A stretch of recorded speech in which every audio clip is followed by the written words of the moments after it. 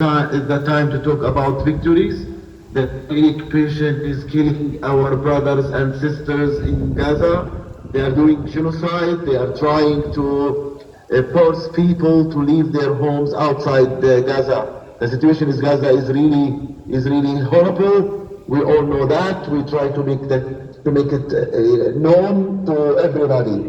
But in the West Bank, the Israeli military, the Israeli fascist government is using the starvation of the people in Gaza and using that all attention is in the genocide and to prevent the killing more and more civilians and to stop the war in Gaza. They are using all of that to create more facts in the ground. We suffer from a lot of settler violence and terror. Daily we have settler attacks toward us, toward our animals, toward our properties, toward our land. We never faced this kind of terror and attacks from the Israeli settlers who are supported by the Israeli government. Not only the settlers, but the soldiers.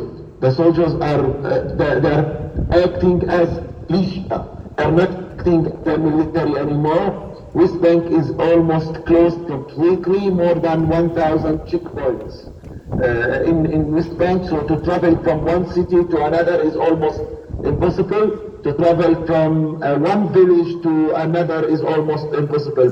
The Palestinians are living in ghettos these days because of the Israeli military restrictions on the Palestinians. The Palestinians at the West Bank, they don't have enough water to drink because the Israeli government reduced the amount of water which they sell us from our own water, which they stole and stealing from the water aquifers in Area C. Now they want to build an E1 area which will isolate East Jerusalem completely from the West Bank, which will disconnect the northern and the southern part of West Bank from each other. So it's the announcement of the death of the two-state solution if they build in E1 area. So no one country can talk about two-state solution anymore. We say it loud all the time. This was not started after October 7th. In Hebron, we suffer from the closure of 1,800 shops. 1,000 apartments became empty. They closed the main streets in the city. That's all started 1994 after the Ibrahimi Mosque massacre, which Baruch Goldstein did toward the Palestinians. The supporters and the friends of Baruch Goldstein, they are the government now.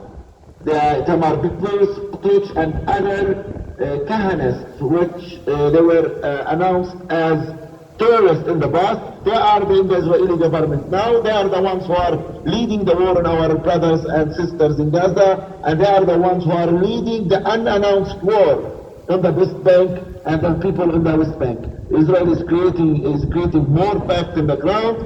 Israel is intimidating the Palestinians.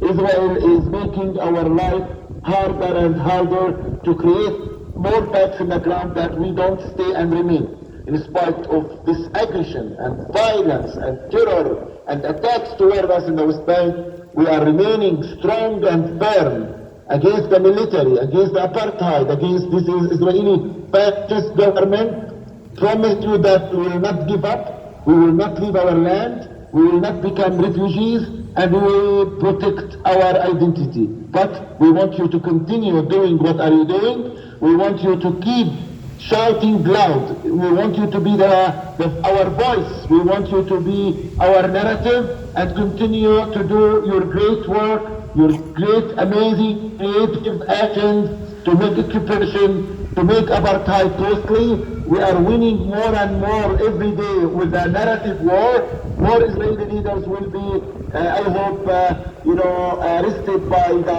ICC. Now the Israeli Prime Minister is wanted to the International Criminal Court. Not less people, the other terrorists will follow and be arrested, and I hope that all of them will not be welcome in England or in Europe or anywhere on earth. Accountability is coming. Justice is coming, freedom is coming, we are almost there, but we have to be strong and united to make the change.